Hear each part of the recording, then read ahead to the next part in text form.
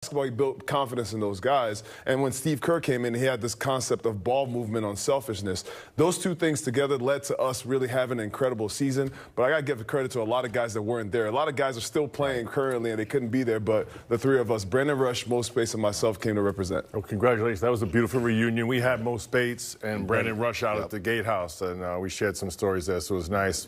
But Fezzi, to me, it's always cool that team won that first championship in 40 years. It really revitalized the franchise. Obviously, they've won 3 since. But it was a remarkable accomplishment, great reunion.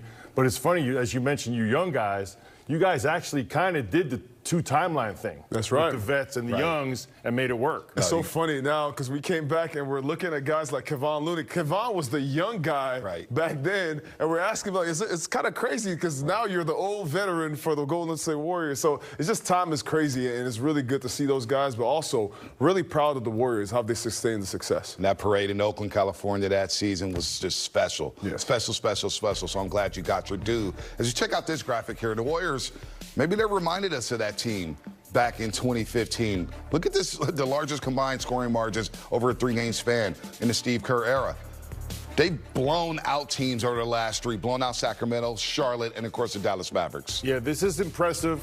You always got to take into consideration who they're playing, but to me, it's how the Warriors are playing. Since Jimmy Butler has arrived, the eye test tells you they're much better. The stats back it up overwhelmingly. Stats that used to really hurt the Warriors, points off turnovers, the Warriors are dominating that. The minutes with Steph is off the court. They were a -90 before Jimmy Butler got here. They're over a +30 now. Getting to the free throw line. Their attempts and percentages way down, 30 and 26. Now they're at the 4 and 8. So the eye test tells you they're better. Okay, big fella. The margin of wins, Bonte, say it. This is truly one of the amazing trades. Now, short sample size, yes. Right.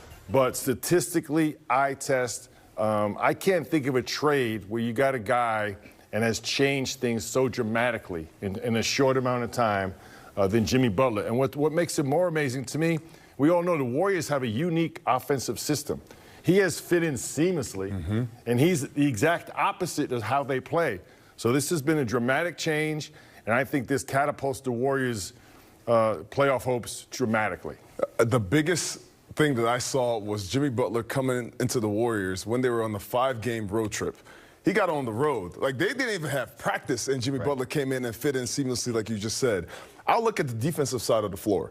The Warriors have a different swagger right now. On offense, you could talk about them scoring, guys are getting going, but defensively, they're really shutting teams down. They're setting messages at the start of the game. Last game against Charlotte, they held them to 18 points. That is, you know what this night is going to be. It's going to be a long night for all of you right now. Miles Bridges averages 20 points a game. He had 9 points last game. Points in the paint. They are dominating the points in the paint. And even though they're small, they got guys like Mark Williams last game for the Charlotte Hornets, who's 7 feet tall. They're still limiting those guys and making sure they dominate with the small ball lineup. Jimmy Butler has dominated, but also the bench and the supporting cast, they're playing at an all-time high right now. They're rolling right now, but are they contenders? Are they truly legit right now? Well, they're 6-1 with Jimmy Butler, and they're on this 5-game road trip. And courtesy of Comcast Business, every connection counts. We're going to ask KB the same thing. The great KB, Kareth Burke, and of course, Petaluma's finest, Dalton Johnson. And KB, are the Warriors contenders? Can we buy in on this group here, or do we have to wait for this 5-game road trip to see where they end up after this 5-game stretch? I mean, that's something I was thinking about on my way into work. What would it take to be a believer? Because you look at the margins of victory lately, you look at the impact of Jimmy Butler, you look at this 4-game win streak, but looking back at the rest of the season, just when you think the Warriors have turned a corner, they do something. Being a fan, you can get snake bit, right? What would make me a believer is their body of work on this road trip. Only one of these teams, the Knicks, have a winning record. Could the Warriors go 4-1? Could they go 5-0, which seems like wild to talk about, Dalton? But what are you looking for on this road trip that might make you a believer? Well, exactly what you're talking about, Kareth, as far as, 4-1, 5-0. 5-0, that'd be a 9-game win streak. The Warriors will obviously take that, right? But it is the games like this past game against the Hornets where you take advantage of what's in front of you, where you get business done, right?